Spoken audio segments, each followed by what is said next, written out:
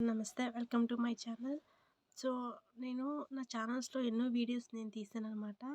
కానీ పర్టిక్యులర్‌గా ఇదొచ్చేసి totally different అనమాట. నా ఛానల్‌కి, ఈ వీడియోకి ఎలాంటి సంబంధం లేదు. ఏమంటే నేను ఈ వీడియో తీసే ఒకే ఒక ఇంటెన్షన్ ఏమంటే when I'm suffering from kidney stones. నేనెప్పుడు కిడ్నీ స్టోన్స్ నుంచి బాధపడినానో అప్పుడు నేను యూట్యూబ్‌లోకెళ్ళి సెర్చ్ చేశాననమాట. లైక్ ఇప్పుడు మనకి కంఫర్టబుల్ ఉన్న లాంగ్వేజెస్‌లో మాకు వీడియోస్ ఉంటే సో, అవి మనకి యూజ్‌ఫుల్ అవుతాయనమాట. నాకు నాకొచ్చేసి తెలుగు మళ్ళీ కన్నడ బాగా తెలుసనమాట. సో, నేనెళ్ళి ఫస్ట్ తెలుగులో సెర్చ్ చేశాను. సో, కిడ్నీ స్టోన్స్ ఎలా ఎలా వస్తాయి? లైక్ ఎలాంటి పెయిన్స్ వస్తాయి? ఇలా అని సెర్చ్ చేశాననమాట. కానీ తెలుగులో వచ్చేసి కన్నడలో కూడా ఒక్క వీడియో కూడా అక్కడ అవైలబుల్‌గా లేదనమాట. సో, అప్పుడు నేనేమనుకున్నానంటే లైక్ ఇంగ్లీష్‌లో ఇలా వేరే వేరే లాంగ్వేజెస్‌లో ఉన్నాయి. So, okay. అప్పుడు నాకేమనిపించిందంటే లైక్ తెలుగులో కూడా ఒక వీడియో ఉంటే బావుంటది. లైక్ నేనెలా అయితే బాధపడ్డానో సో, అలా మిగతా వాళ్ళు ఎవరికైనా ఈ వీడియో యూజ్ అవుతుందని నేను చేస్తున్నా.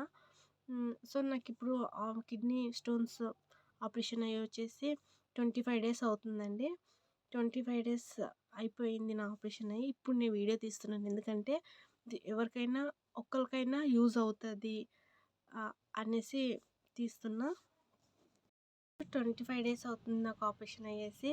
సో, 25 డేస్ అవుతుందంటే ఇప్పుడెందుకు తీస్తున్నానంటే టోటల్లీ నేనిప్పుడు మంచిగా రికవర్ అయ్యాననమాట.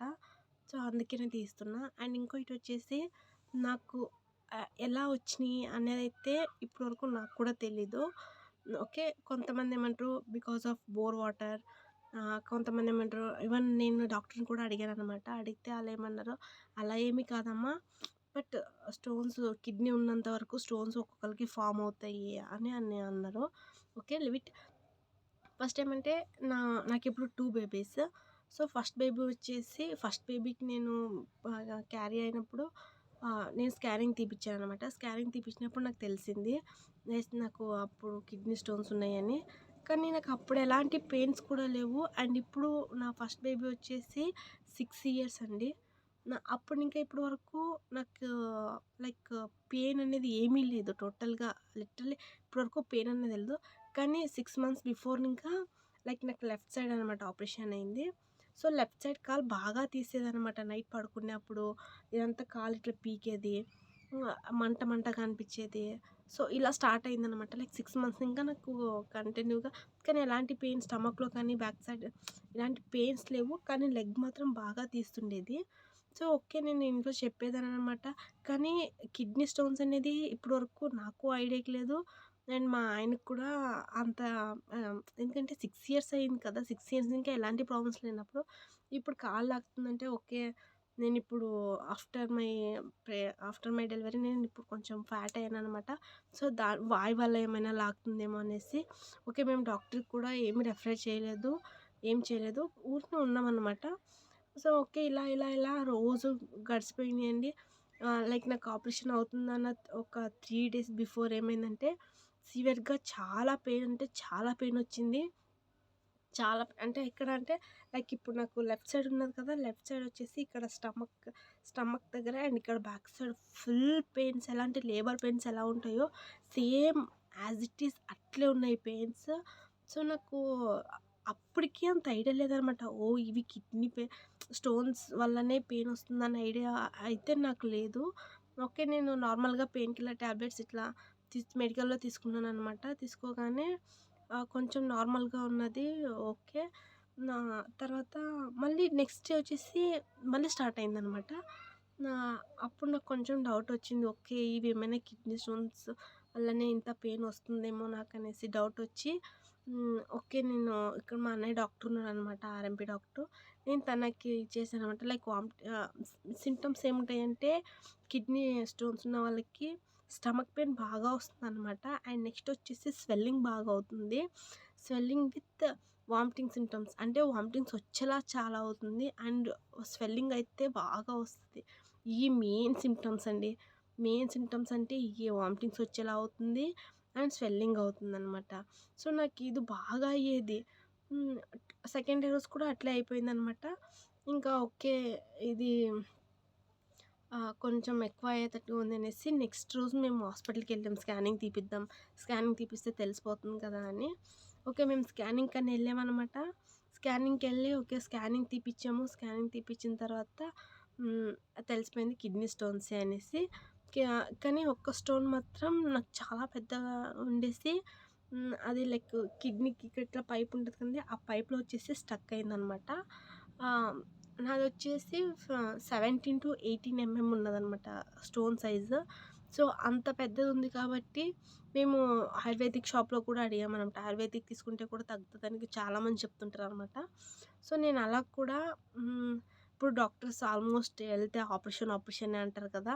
సో, ఈళ్ళు ఇలాగే చెప్తుంటారేమో అందరికనేసి నేను వెళ్ళి ఆయుర్వేదిక్ షాప్‌లో కూడా అడిగాననమాట. ఈవెన్ మా ఆయన కూడా అడిగారు.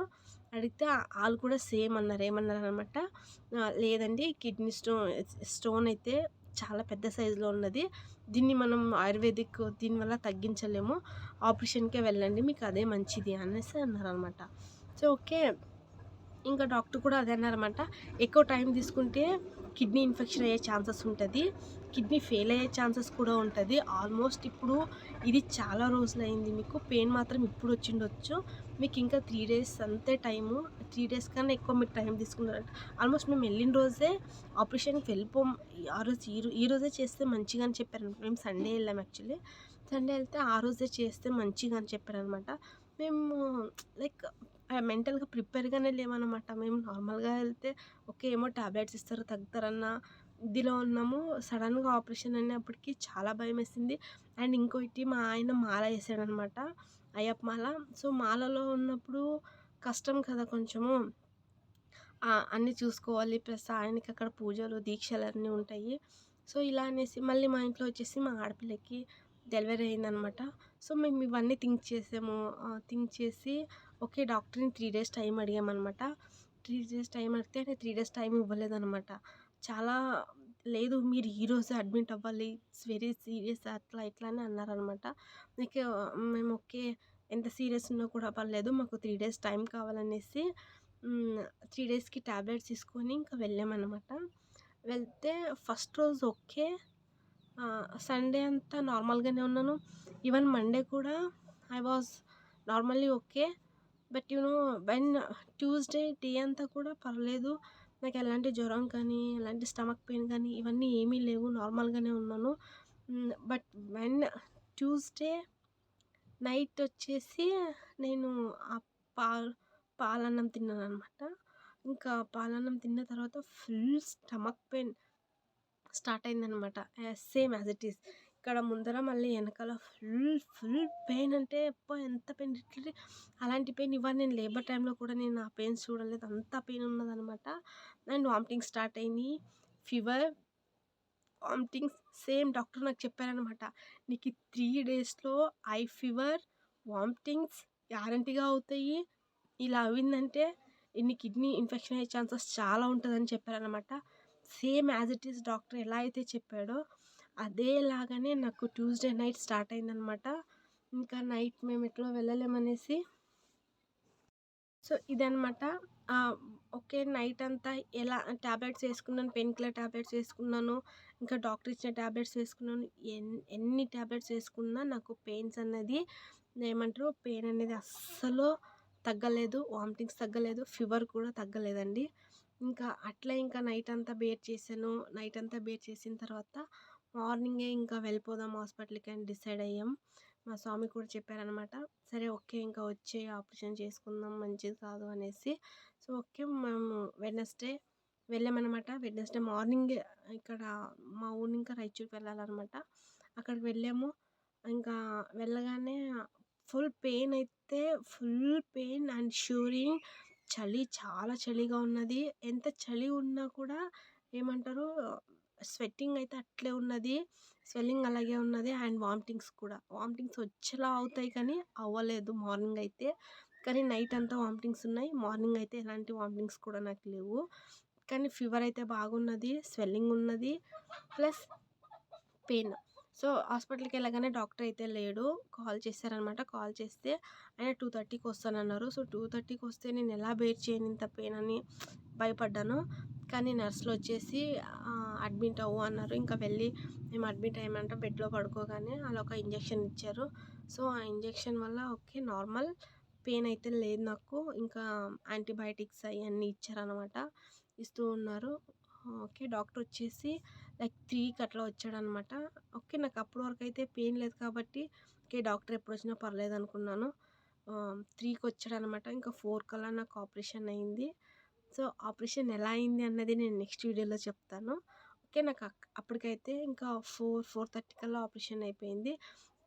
అండ్ ఇంకోటేమంటే మీకు ఇలాంటి పెయిన్స్ ఉంటే ఇమ్మీడియేట్‌గా స్కానింగ్ చేయించండి. ఓకే. స్కాన్ చేయించండి. అండ్ స్కాన్ చేస్తేనే కదా తెలుస్తుంది. ఏముంది లైక్ అపెండిక్సా లేకపోతే స్టోన్సా ఇలా అన్నీ తెలుస్తాయి కదా!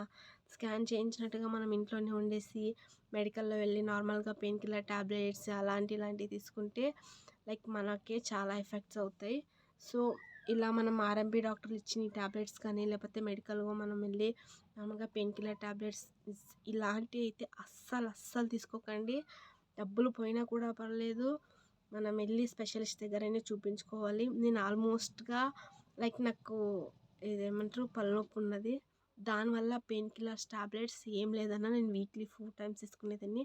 సో, దీనివల్ల కూడా పెయిన్ కిల్లర్ టాబ్లెట్స్ వల్ల కూడా కిడ్నీ స్టోన్స్ ఫార్మ్ అవుతాయి. ఎందుకంటే పెయిన్ కిల్లర్ తీసుకుంటాం కాబట్టి సో, దానివల్ల ఆహ్, ఫార్మ్ అయ్యే ఛాన్సెస్ చాలా ఉంటాయని కొన్ని చెప్తారనమాట.